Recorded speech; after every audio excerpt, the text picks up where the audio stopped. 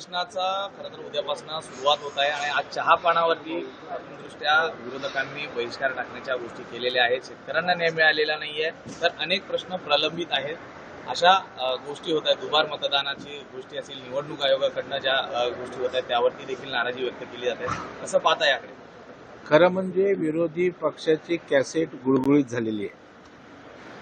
खरं म्हणजे मोठ्या मनाने राज्याला 1 वर्षामध्ये ज्या पद्धतीनं देवेंद्रजींनी विकसित राज्य बनवण्याचा प्रयत्न करतायत आणि त्याच्यामुळे या सर्वांगीण कामगिरीचं कौतुक केलं पाहिजे.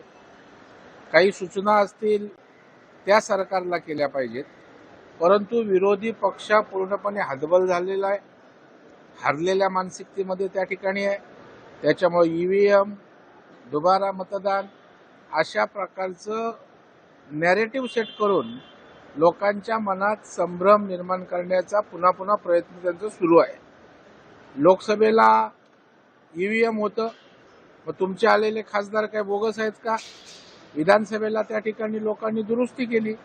तरी जर तुम्ही सुधारणार नसाल तर तुम्ही आणि तुमचं नशीब देवाभाऊ आपल्या पद्धतीनं महाराष्ट्राला पुढे नेण्याचा त्या ठिकाणी प्रयत्न करतायत आणि महाराष्ट्रातील जनतेचे त्यांना आशीर्वाद आहे आणि त्याच्यामुळे मला वाटतं विरोधी पक्ष हा पूर्णपणे भांबावलेला आहे. विरोधी पक्ष नेता नसेल तर मग मुख्यमंत्री पद सुद्धा नसावं असं उद्धव ठाकरे म्हणतात. आता उद्धवजी ठाकरे साहेब आता किती विधिमंडळाच्या कामकाजाचं आकलन करतात, किती संसदीय कामकाज समजून घेतात हा प्रश्न आहे. म्हणजे मला तर माझ्याच सभागृहात ते आहेत, आम्ही चित्रताई प्रसाद लाड जे आहोत ते कधी सभागृहात अर्धा तास बसलेले मी बघितले नाही. त्याच्यामुळे कोणी लोकशाहीच्या आणि संसदीय गोष्टी बोलाव्यात. त्याच्यामुळे मला वाटतं उपमुख्यमंत्रीपद सरकारने त्या ठिकाणी क्रिएट केलेलं पद आहे. आता विरोधी पक्षनेता व्हायला पाहिजे तर तेवढे तरी आमदार आणण्याचा प्रयत्न करा ना. तुम्ही केवळ बोलून विरोधी पक्षनेता मिळत नसतं, तर त्याच्यासाठी आवश्यक संख्याबळी असायला लागतं. त्याच्यासाठी प्रयत्न करायचा सोडून केवळ टोमणे मारणं आणि तोंडाची हवा घालवणं हेच त्यांच्यासहित विरोधी पक्षाचं काम सुरू आहे. विरोधी पक्षाला बंगला दिला नाही तर मग आम्ही रस्त्यावर पत्रकार परिषद घ्यायची का, असं भास्कर जाधव नाही. त्याच्यासाठी रस्त्यावर कशाला घ्यायला पाहिजे ना, हॉलमध्ये घेऊ शकता. पार्टी ऑफिस आहेत तुमच्या पक्षाची. त्याच्यामुळे मला वाटतं नौटंकीचं राजकारण विरोधी पक्षांनी करू नये. जनतेच्या प्रश्नावर सभागृहामध्ये सरकारला काही सूचना कराव्या, मार्गदर्शन करावं. या ठिकाणी देवाभाऊ आणि त्यांचं सरकार तुमच्या चांगल्या सूचनांचं स्वागत करायला तयार आहे.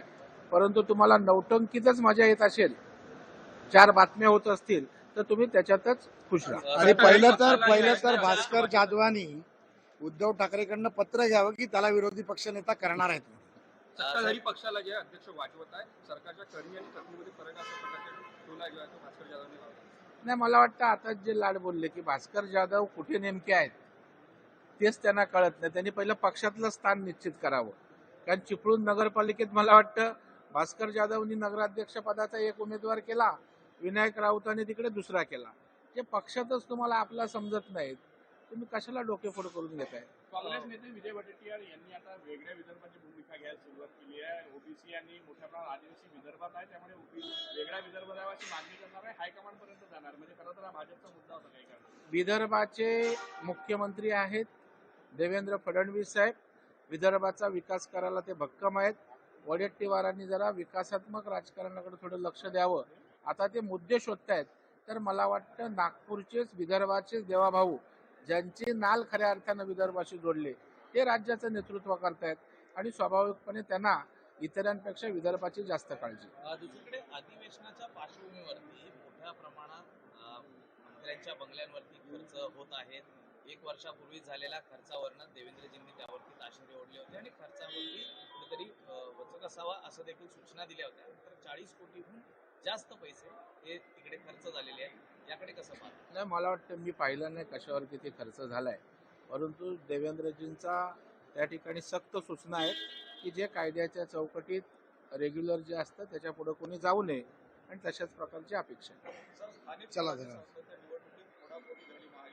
त्यानंतर रवींद्र चव्हाण आणि एकनाथ शिंदे हे एका मंचावर आले, पण दोघांची दिशाभूली जी आहे ती आक्रमक पाहायला मिळाली. म्हणजे कुठेतरी हटके उठत आहे. एकाच मंचावर आला आपल्याला आनंद व्हायला पाहिजे ना. आता तिथे काय बोलले हे आम्हाला माहित नाही, पण एक लक्षात ठेवा, महायुती म्हणून आम्ही एकत्रच असू. स्थानिक स्वराज्य संस्थांच्या निवडणुकीत असं होत असतं, एका पक्षात 2-2, 3-3 गट असतात. त्याच्यामुळे महायुतीत निवडणुका लढल्या तरी भविष्यामध्ये महायुती म्हणूनच आम्ही राज्याला सामोरं जाणार आहोत. आमच्यात कुठला विसंवाद नसेल. चव्हाण साहेब असतील, आमचे शिंदे साहेब असतील, आम्ही सारे महायुती म्हणून भविष्यात काम करू.